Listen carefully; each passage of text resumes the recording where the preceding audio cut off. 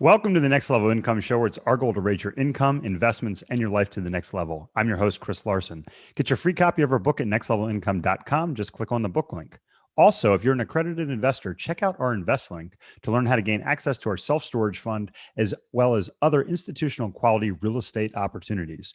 You're not going to want to miss today's show with Hannah Williams. She is going to teach you how Gen Z is different than the millennial generation and how you can use her information to not only find and recruit the best talent, but ultimately add value to your organization. Today's show is sponsored by Money Insights and their investment optimizer strategy.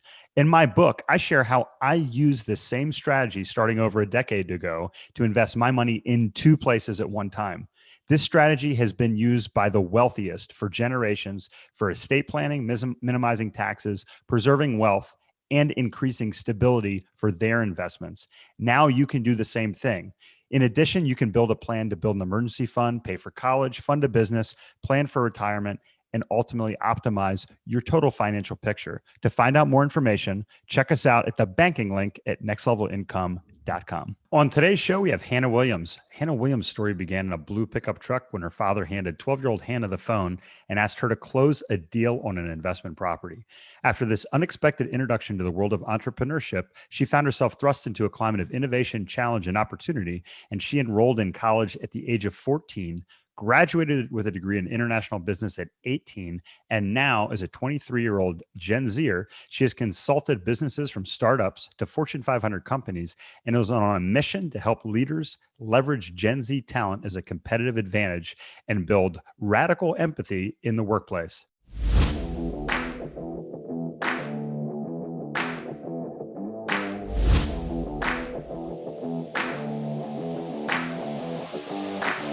Hannah Williams, welcome to the show. Thanks, Chris. I'm excited to be here on this beautiful day, cooped up in the studio. Hey, it's cooler in here. Yeah, and normally we would be doing this live. We've met in our office in our studio in downtown Asheville, but over the past year, we've totally revamped what we've done. My wife and I, my family moved into a new house, and we were talking about how I built out a studio here in my office. So It looks beautiful. Hey, I hope to see it sometime. yeah, absolutely. But man, the audience is in for a treat today. As I was saying in the introduction, Hannah, you and I got introduced through the real estate investing world in Asheville, and I had no idea how young you were. And when we met, I remember asking you, which you're not supposed to ask women, but then when you told me your age and what you did, I was like, you have got to come on our podcast and share your story and what you're doing with our audience. We've got some exciting news about your new book that's coming out later this month. We're going to tell the audience all about that too. But before we get into that, please share with the audience a little bit more about your background, your story, how you got to the point where you are today. Absolutely. Well, my story, as you know, Chris, is a little all over the place. My family background's a little untraditional, but as you mentioned, I am a 23-year-old Gen Zer.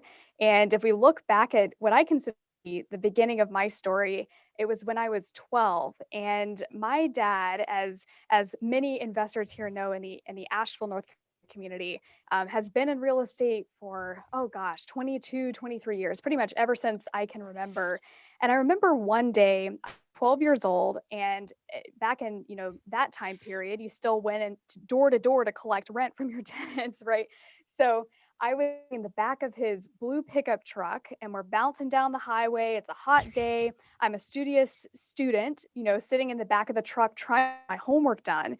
And my dad, out of the blue, just randomly hands me his cell phone. And he says, "Hey, Hannah, phone's ringing. The guy at the end of the line wants to sell his house, and you're going to close the deal." And I just remember being Whoa. freaked out of my mind, right? I mean, you have kids.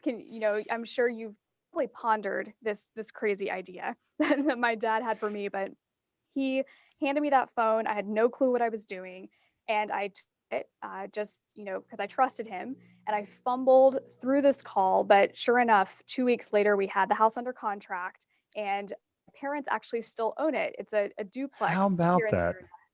Yeah, so that was kind of my first introduction to the world of business and entrepreneurship. And really ever since then, fast forward 2 years from that experience, ended up enrolling in online college when I was 14. and graduated with my 14. yeah, yes. Well, here, Chris, I'm sure you're not thinking maybe along the same lines, but you're probably considering like what are some alternate options for my kids besides, Oh, traditional college? absolutely. Yeah, and that's a very Gen X parent thing to do, which I absolutely love. But my parents, really encouraged me and my six younger siblings to think, what are some alternatives to traditional college? So I ended up enrolling in online college when I was 14 and graduated with my bachelor in international business at 18. So here I Awesome. am, I just flew through college because I just wanted to get, a business degree, get it out of the way. I knew I wanted to be an entrepreneur, but I needed to get some experience in the corporate world first. So I actually ended up working with a wonderful company here in Asheville, Biltmore Estate, and I, Yeah. A I lot of people know worked. that, even if you're not from Yes, Asheville. yes, it's amazing how just the brand is actually an international brand, which many of us locals Wow. take for granted. But so because of the influence of the brand, all these leaders would come to Biltmore to the estate and the winery and get the incredible guest experience. And then they would ask Biltmore's leaders, how do you do this? How do you create such incredibly happy and engaged employees? So I actually joined a division of the company at 18 where I went out and with other Biltmore leaders and consulted healthcare companies, financial services companies, real estate companies, in how to take that employee engagement from Biltmore and transfer it to their business. So, here I Awesome. am at 18. I found myself sitting at the bar, usually with my sparkling water because I couldn't drink. And I'm sitting there with my sparkling water, talking with all these incredible leaders from the boomer generation and from Gen X. They all ask me this question, all the time of what is the problem with you millennials? I'm the only young person sitting in the room. That's that question. So they were asking me, why can't I retain you? You're so hard to find. Why do you want 6 month maternity leave the second you walk in the door? Like, what is your problem? And what was interesting, Chris, is I didn't really find myself resonating with a lot of the challenges that these leaders were sharing with me. And I saw many of my fellow, 20 to 25-year-olds entering the workforce, and they didn't really exhibit the same habits either. So it begged Mhm. the question, why am I so different from these millennials that, all these leaders were speaking about? So I did my homework. I went back, back home and I started researching my generation. Why is Gen Z so very different? And so fast forward to the present day, I have had a wonderful journey of now 5 years of researching Generation Z and speaking with hundreds of leaders and Gen Zers from across the country, actually also in the UK and Australia. So a little bit of international Awesome. presence there. And really, at the culmination of this, I realized, leaders asking me so many questions about how do I recruit and attract, retain, and engage the best and brightest Gen Z talent. I said, why not write a book? Why not put this out there and help more leaders gain access to this information? So I now have the privilege, my book is coming out in this month, later in the month. It's really exciting for me.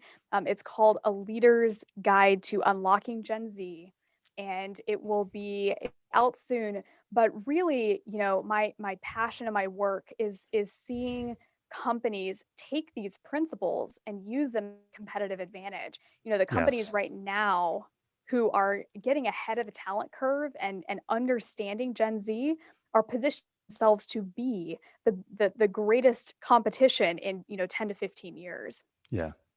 No, that's awesome. And what struck me, Hannah, and it was really interesting. Going back a little over a year ago before the pandemic, or actually maybe wasn't even that far, but I started getting phone calls. I started getting connected with all these individuals, and you know, like I said, I asked you how old you were, and it was because I'm in this string, and I asked a couple of people, and they said I'm 23, and then I hired somebody. He was 23. He's one of the best hires I've ever made. Another individual, He's 23. Another young lady. She's in the real estate business here in Asheville as well. 23. And I'm thinking, what is going on? So when you told me you were 23, I was like, what is up? What is up with this? There really is a difference. So for people that are listening, and they hear baby boomers, they hear Gen X, which I'm a Gen Xer. What's interesting is my sister's only a few years younger. She for sure is a millennial. Do you mind kind of telling the audience what like I'm thinking like Gen Xers, we're in our 40s right now. We're baby boomers. Most people know they're in their 50s and 60s, right? Right. Where's the cutoff between Gen X, millennials, and Gen Z? Yeah, let's break it down. So, if you have an employee or child who is between ages 9 and 25, they're Hmm. likely a Gen Zer. If you How about that? is generally 25 40 roughly. Yeah, And then, of course, there's the generation after Zers, which we're not yet talking about, but that's yeah, generation alpha.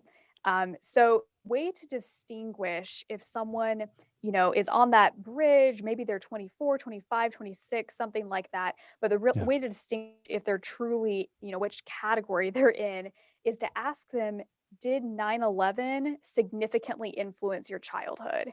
And Interesting. if they say yes, they're likely a millennial. I was 3 when 9/11 happened. I don't remember anything about it. I don't remember where I was standing. I don't even remember my parents mentioning anything about it to me until much later. So what influenced me more as, if you think about socioeconomic or political factors, was more, domestic terrorism. It was school shootings or the Hmm. economic instability from the 2008 recession and COVID most recently. So if you're trying to decide, does my child fall which category, they're kind of on that line, talk to Yeah. them a little bit about, what influenced you when you were growing up. No, that's a great shortcut.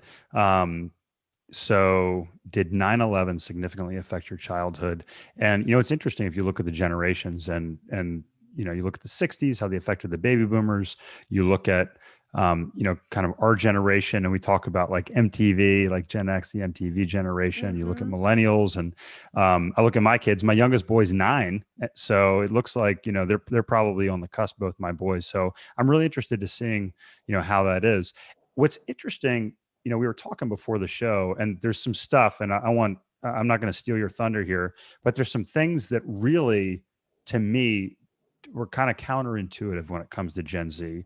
So I'd love for you to give the audience a bit of a sneak peek into your book and talk about like how do you determine, first we talked about some shortcuts, how you determine, you know, who's a Gen Z versus millennial, and then really like what traits separate them from millennials. And I'd love to talk about how business owners, how hiring managers like myself could have used these strategies in our businesses to really attract talent and help not only the employees but also the businesses grow.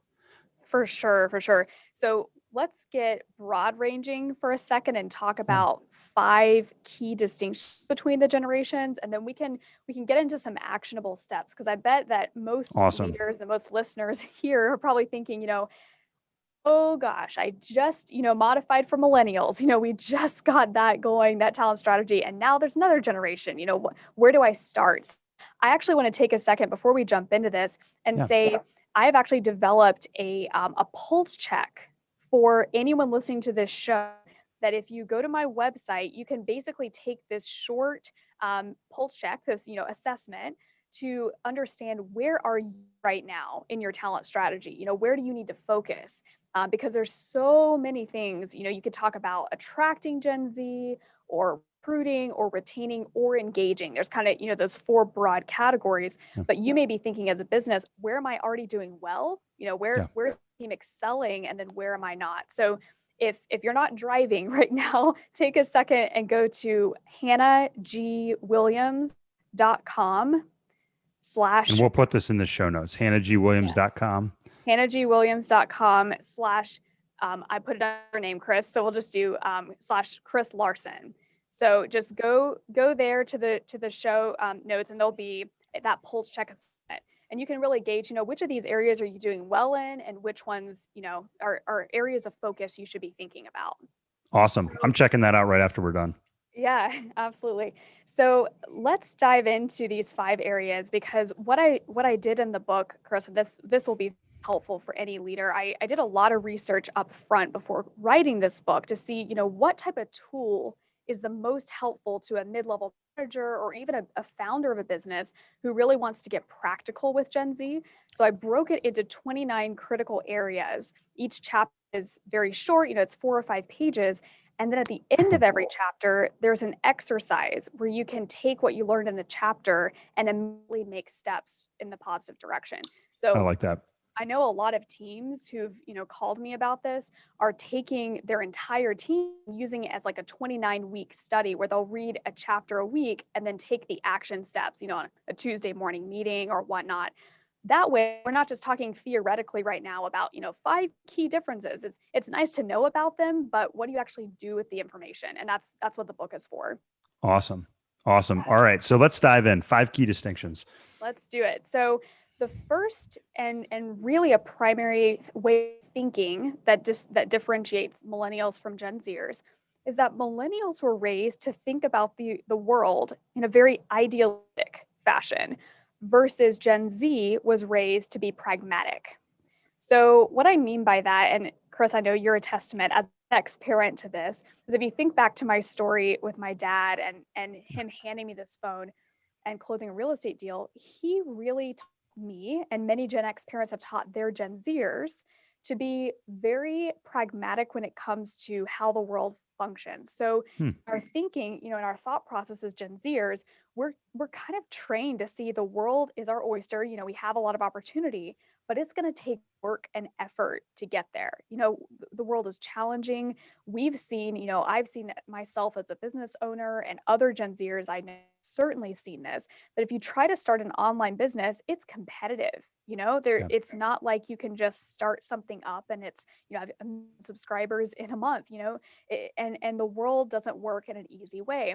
And I think that that's a very important distinction to know when you're coaching or mentoring Gen Z is unlike millennials. And I know many listeners who managed millennials have probably run into this, that the reason the stereotype about, snowflaking or whatnot exists is because millennials were raised to be very idealistic, right? Their boomer parents were very positive about the world, saying, you can do anything, find your happiness, find your bliss, which many of those things are very positive ways to approach the world. But of course, when reality hits you, you're likely to be disappointed. And I think that's what happened with millennials, is many of them thought that the world would be easier than it is.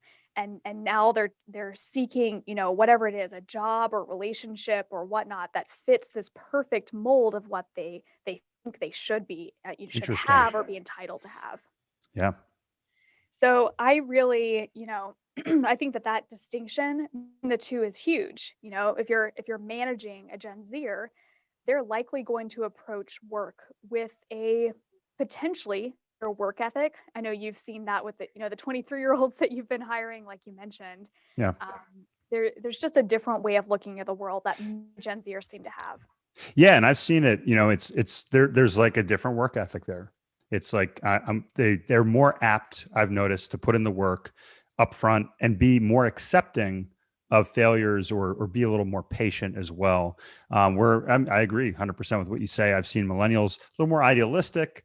They're and if something doesn't work out, they kind of they say, this isn't working out for me. I want to do something different. And you think, man, like Simon Sinek has a great video talking about patience. He's talking about millennials. He's like, I'm talking to this young lady and she's really disappointed. She wants, she feel like she hasn't been making an impact in this organization and they're not recognizing her for the contributions. And she thinks she's going to leave. And Simon says to her, well, how long have you been there? And she says, 3 months. Yep. So it's interesting that difference, and it comes with just a very very subtle difference in years. So It is. all right, so we're gonna keep rolling through these. So that was the first key distinction. What is the second one, Hannah? Yeah. So the second is that Gen Z, although the assumption and the stereotype is already there, Gen Z is not tech lovers. We are tech natives, not tech lovers. That blows And my that mind. is, Yeah. yeah. Yeah. I mean, what is the stereotype? You think of all the Gen Zers constantly on their phones, right?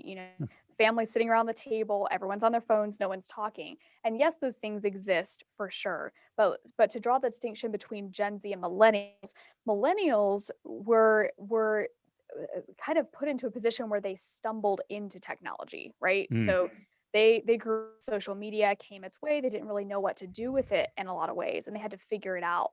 Gen Z has been born into technology. But for us, even though, yes, the teenagers exist and we use our phones all the time, and we're constantly either connecting with people or on social media or networking or sending emails, whatever it might be, we don't love technology. We love what it does for us, but we view it as a means to an end. So, if you think about like being, I don't know about your generation, Chris, but certainly my grandparents, for them, walking down the street after school one day, picking up a piece of pie from their, neighbor's house, sitting on the porch for a 5-minute conversation, that was very typical for yep. their generation. So if you can think about that type of mentality and apply it to technology for Gen Z, you're going to get a good grasp of how we view it. So it's something we take for granted. It's something we expect. And if companies are behind the times in it, we notice. Got it. However, we don't love it. So here is how it flushes itself out in recruiting as a specific example. When Gen Zers were surveyed and asked where to go to find jobs, like when you're thinking about looking at a company or at an industry, where are you going for your job search? What percent of them said they're looking on social media? I'd say 90%. You think, right? Yeah, Yeah. it'd be 32.3%. How about that? Yeah, totally, totally. That's why I said it's totally counterintuitive. So It is. So, and in fact, social media advertising, at least for careers for Gen Z, is not effective. So, how about where that? they are going, and this Yeah. is what 61.9% said, is they're going to friends and family and referrals. We would Love much that. prefer to have that face-to-face touch, that high-touch, personalized connection with someone in order to trust a company. So that is a huge distinction. We're also first generation. Actually, well, not the first generation, but since it's been happening, um, and this is in high contrast to millennials, who is into career centers and job fairs in staggering numbers instead of clicking the apply button. Wow. And I love to hear that because I think that's one of the best things I learned when I was looking for a job was, and I give this advice today, go find somebody that knows somebody within that company and work with them. Um, and maybe because I'm a pragmatist. So that's really interesting. So tech native, Tech pragmatic. native, pragmatic. Number Yeah. three is that Gen Z, unlike as many millennials, is open to non-traditional education paths. And I love that So too.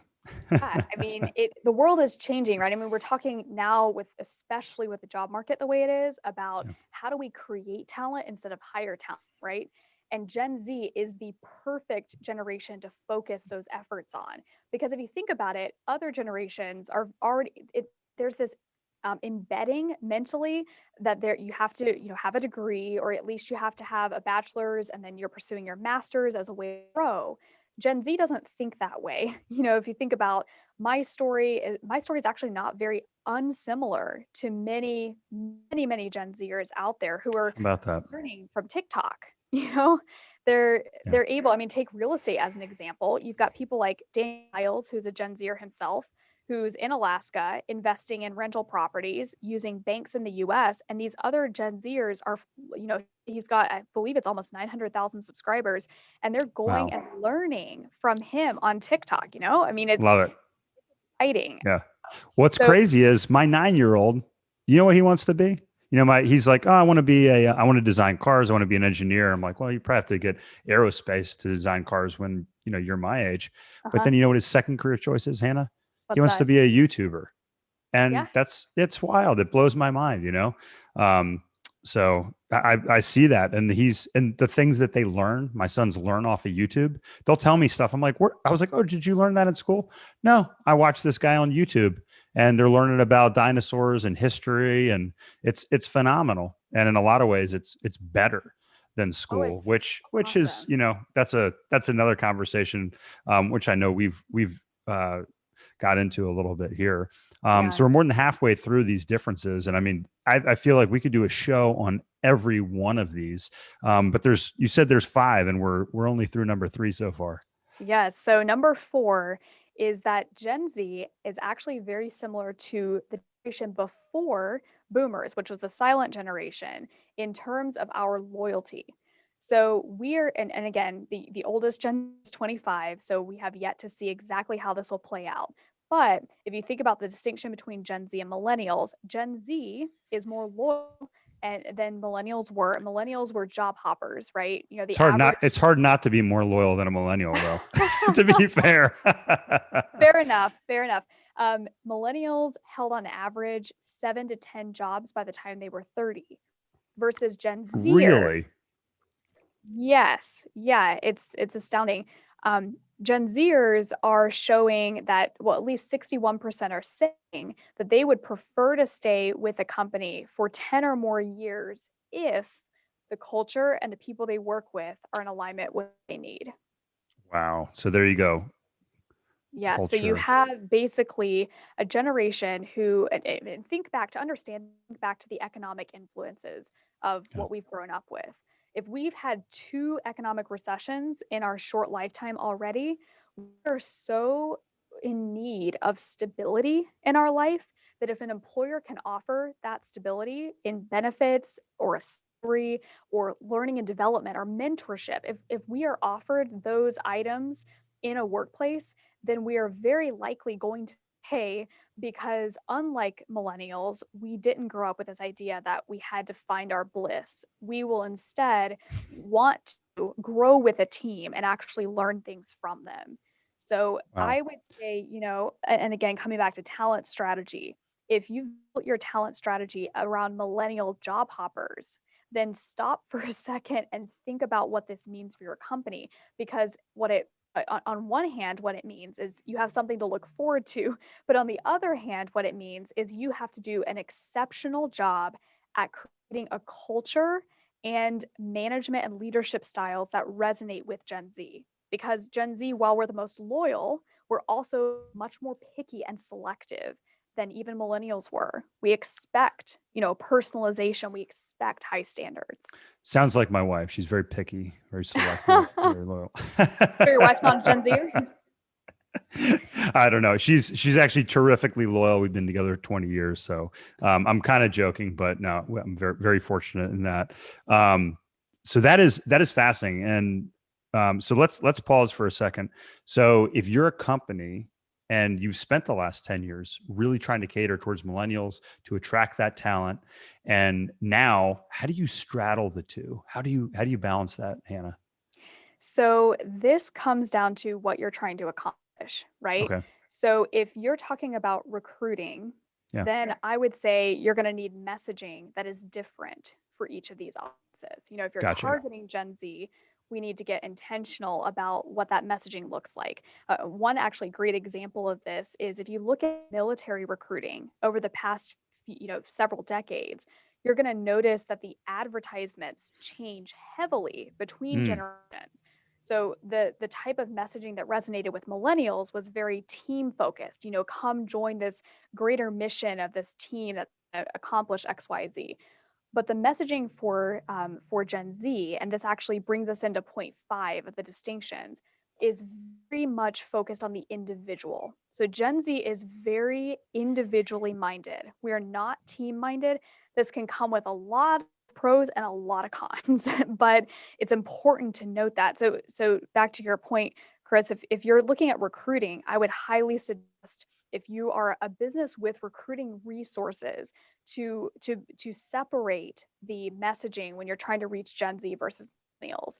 But when it comes to, communication in the workplace and engagement, having this awareness and this knowledge of what distinguishes the generations, I'm hopeful will give leaders a tool so that when you sit down that first week as a manager with your staff, you'll be have a different sort of conversation with your Gen Zer than you would with your millennial hire, and meeting those needs. I would strongly suggest to leaders that if you have the tools in your toolbox, whether it's, the discussion today or, hundreds of other resources that I include in the book from, other phenomenal brains on this, or, on LinkedIn or on my website, you can take a look because there's so many people who are talking about the different nuances of Gen Z versus millennials in terms of how they consume goods. A lot of that applies to, how you have better conversations with the two generations. So I would say, all of this, of course, down to the fact that we're all human and we Yeah. all have core needs. And those don't change no matter what the generation is. We all want to be seen, heard, and have a purpose. Those don't change. But what does change is that, what we've grown up with and the political factors and the economic forces that have shaped us.